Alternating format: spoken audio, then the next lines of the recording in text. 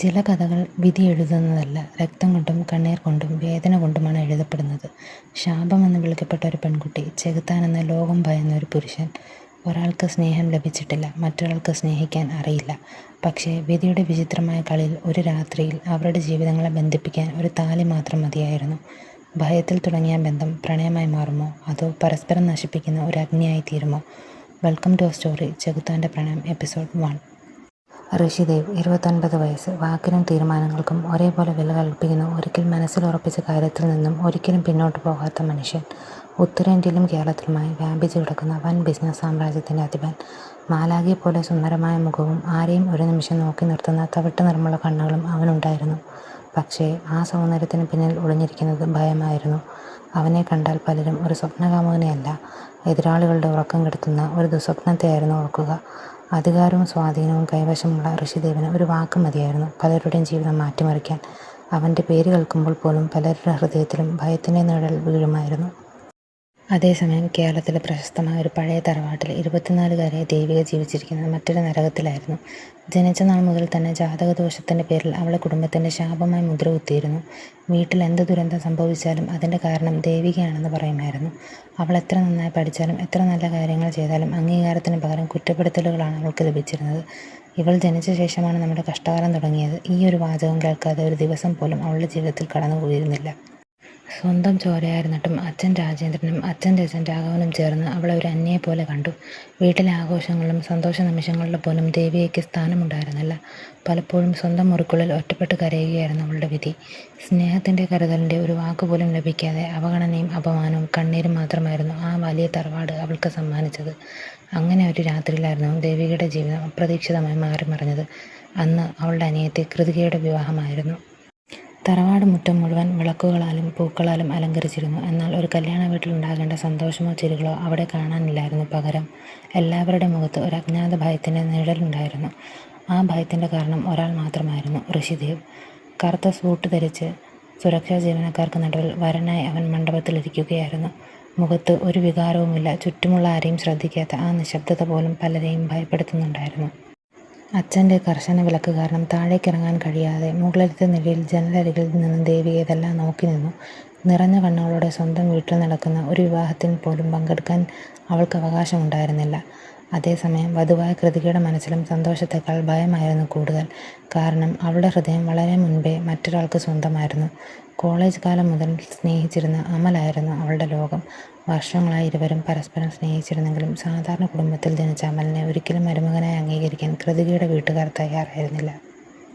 നമ്മുടെ കുടുംബത്തിൻ്റെ അന്തസ്സിന് ചേരുന്ന വിവാഹം മാത്രമേ നടക്കൂ.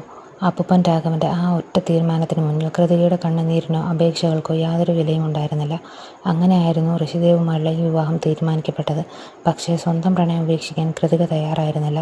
വിവാഹത്തിന് ദിവസങ്ങൾ ബാക്കിയിരിക്കുമ്പോഴേ അവളും അമലും ഒരു തീരുമാനത്തിലെത്തുകയായിരുന്നു.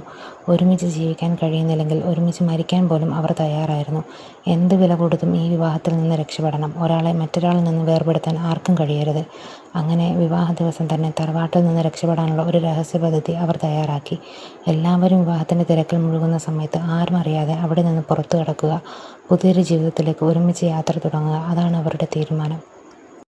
പക്ഷേ അവരുടെ ആ ഒരു തീരുമാനമാണ് അന്ന് രാത്രി അവിടെ ഉണ്ടായിരുന്ന എല്ലാവരുടെ ജീവിതം തലകീഴായി മറിക്കാൻ പോകുന്നത്. പ്രത്യേകിച്ച് മുകളിലത്തെ നിലയിൽ ജനലരികിൽ നിന്ന് എല്ലാം നോക്കി നിൽക്കുന്ന ദേവികയുടെ. പെട്ടെന്നാണ് പൂജാരി വധുവിനെ വിളിക്കാൻ ആവശ്യപ്പെട്ടത്. ദേവികയുടെ അമ്മ സാവിത്രി ശ്വാസം പിടിച്ച് മുകളിലേക്ക് ഓടി വന്നു. പക്ഷേ കൃതിക അവിടെ ഉണ്ടായിരുന്നില്ല. അവൾ അവിടെ ഒരു കത്ത് ഉപേക്ഷിച്ചിട്ടുണ്ടായിരുന്നു. വിറയ്ക്കുന്ന കൈകളോടെ സാവിത്രി ആ കത്ത് വായിച്ചു. ചേച്ചി പോലെ നരകത്തിൽ കിടന്ന് നശിക്കാൻ എനിക്ക് താല്പര്യമില്ല. ഞാൻ ഓടിപ്പോവുകയാണ്. ആ മൃഗത്തെ പോലെയുള്ള ഋഷിദേവിൻ്റെ കൂടെ ജീവിക്കാൻ എനിക്കാവില്ല. ഇട്ടേച്ച് പോകുന്നു, സ്വന്തം കൃതിക. വിവരമറിഞ്ഞ അച്ഛൻ രാജേന്ദ്രൻ മുകളിലേക്ക് ഓടി വന്നു. കൃതിക ഓടിപ്പോയ ദേഷ്യത്തിൽ അയാൾ ആ കുറ്റം മുഴുവൻ ദേവികയുടെ തലയിൽ കെട്ടിവെക്കാൻ നോക്കി.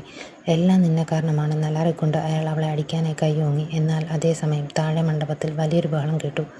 ജനാലയിലൂടെ താഴേക്ക് നോക്കി അവർ കണ്ടത് ചോര ഉറഞ്ഞു പോകുന്ന കാഴ്ചയായിരുന്നു. ഋഷിദേവ് പൂജാരിയുടെ നെറ്റിക്ക് നേരെ തോക്ക് ചൂണ്ടി നിൽക്കുന്നു.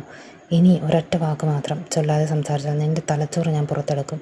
അവൻ വന്യമായി അലറി. പെട്ടെന്ന് ഋഷിയുടെ തീക്ഷ്ണമായ ആ തവിട്ട് കണ്ണുകൾ മുകളിലേക്ക് നീണ്ടു. തറവാടിൻ്റെ ജനാലപ്പടിയിൽ ഭയന്ന് ഉറച്ചു നിൽക്കുന്ന ദേവികയുടെ കണ്ണുകളിൽ അവൻ്റെ നോട്ടം തറഞ്ഞു. അവൻ തൻ്റെ ബോഡി ഗാർഡിൻ്റെ ചെവിയിൽ എന്തോ മന്ത്രിച്ചു. അവൻ്റെ ചുണ്ടിൽ ഒരു ക്രൂരമായ പുഞ്ചിരി വിരിഞ്ഞിരുന്നു. ഭയന്നുപോയ രാജേന്ദ്രൻ ദേവികയെ വീണ്ടും ആ മുറിയിലാക്കി പൂട്ടി. തുടർന്ന് അപ്പൂപ്പൻ രാഘവൻ്റെ മുറിയിലെത്തി കാര്യങ്ങൾ ആലോചിച്ചെങ്കിലും അവർക്ക് പിന്നിൽ സാക്ഷാൽ പിശാചിനെ പോലെ ഋഷി വന്നു നിന്നു. അവൻ്റെ വിരലുകളിൽ ലോഡ് ചെയ്ത തോക്ക് അലക്ഷ്യമായി കറങ്ങുന്നുണ്ടായിരുന്നു. എനിക്കിപ്പോൾ തന്നെ ഈ പന്തലിൽ വെച്ച് വിവാഹം നടക്കണം. നിനക്ക് മറ്റൊരു മകൾ കൂടിയുണ്ടല്ലോ രാജേന്ദ്രൻ. ഋഷിയുടെ ശബ്ദം ആ മുറിയിലെ തണുപ്പ് കൂട്ടി. ഇല്ല ഇല്ല സാർ, അവളിവിടെ ഇല്ല. തറവാടിൻ്റെ മാനം ഓർത്തും ഭയം കൊണ്ടും രാജേന്ദ്രൻ കള്ളം പറഞ്ഞു. ആ നിമിഷം ആ പഴയ തറവാട്ടുമുറിയിൽ കാതടപ്പിക്കുന്ന വെടിയൊച്ച മുഴങ്ങി. വെടിയുണ്ട രാഘവൻ്റെ തലയ്ക്ക് തൊട്ടരികിലുള്ള അവരുടെ പൂർവികരുടെ ചിത്രത്തിലാണ് ചെന്ന് തറച്ചത്. അടുത്ത തവണ എന്നെ ചതിക്കാൻ ശ്രമിച്ചാൽ വെടിയുണ്ട നിന്റെ അച്ഛൻ്റെ തലച്ചോറിലേക്ക് കയറും എന്ന് ഭീഷണിപ്പെടുത്തി ഋഷി നേരെ മുകളിലത്തെ നിലയിലേക്ക് നടന്നു. രാജേന്ദ്രനെ അവൻ്റെ കാലുകൾ തോക്കു ചൂണ്ടി അവിടെ തന്നെ തടഞ്ഞു. മുകളിൽ ദേവിക ഒളിച്ചിരുന്ന മുറിയുടെ പഴക്കമുള്ള തടിയുടെ വാതിൽ ഋഷി ഒരു ചവിട്ട് കൊടുത്തു. വാതിൽ തകർന്നു വീണു. തറയിൽ ചുരുണ്ടുകൂടി കരയുകയായിരുന്ന ദേവികയുടെ കൈത്തണ്ടയിൽ അവൻ പിടുത്തമിട്ടു. അവൻ അവളെ എഴുന്നേൽപ്പിച്ചു. അവൾ നിലവിളിച്ചുകൊണ്ട് പ്രതിരോധിച്ചെങ്കിലും അവൻ അതൊന്നും കേട്ടില്ല. നിന്റെ വായടച്ചന് വിവാഹം കഴിക്കേ, അവൻ അവസാനമായി പറഞ്ഞു. എനിക്ക് വേദനിക്കുന്നു, ദയവായി എന്നെ വിടൂ.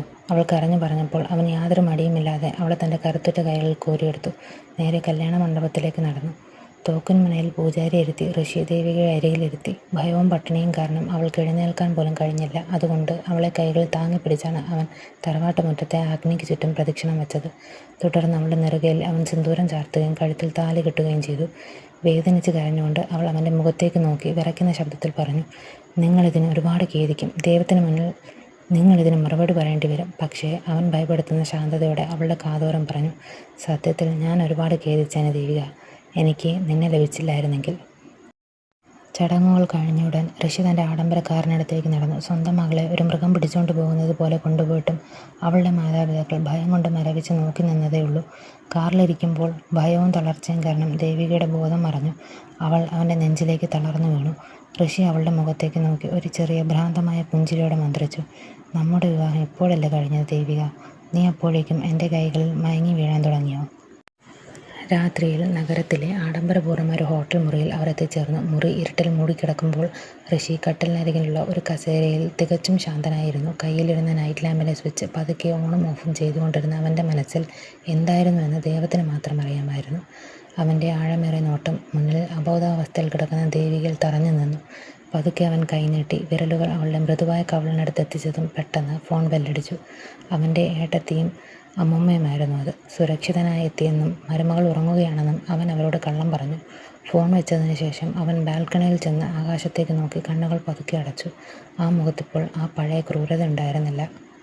കുറച്ച് സമയത്തിന് ശേഷം കഴിഞ്ഞ കുറേ മണിക്കൂറുകളായി ഉറങ്ങുകയായിരുന്ന ദേവികയ്ക്ക് ബോധം തിരിച്ചു വന്നു. കടുത്ത തലവേദനയോടെ അവൾ കണ്ണുകൾ തുറന്നപ്പോൾ മുറിയിൽ അരികിൽ ഒരാൾ നിൽക്കുന്നത് കണ്ടു.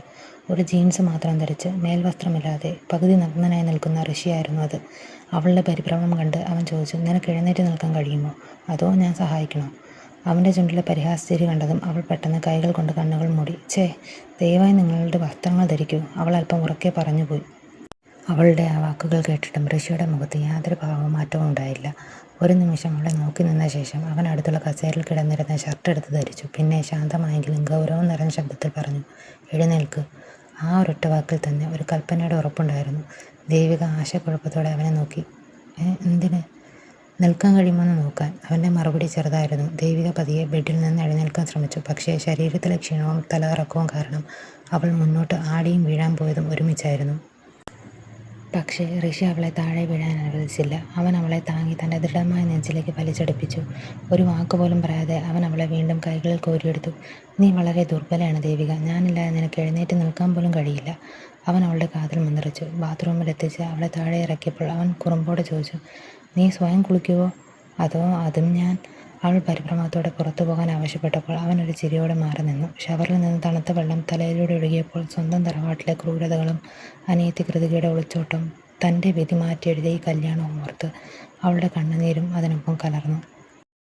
ജീവിതം ഒരു ദിവസം കൊണ്ട് ഇത്രയധികം മാറി മറിയുമെന്ന് അവൾ ഒരിക്കലും കരുതിയിരുന്നില്ല. ഇനി മുന്നിൽ എന്താണ് കാത്തിരിക്കുന്നതെന്നറിയാതെ ഹൃദയം നിറയെ ഭയവും ആശങ്കയുമായി അവൾ കണ്ണുകൾ മുറുക്കിയടച്ചു.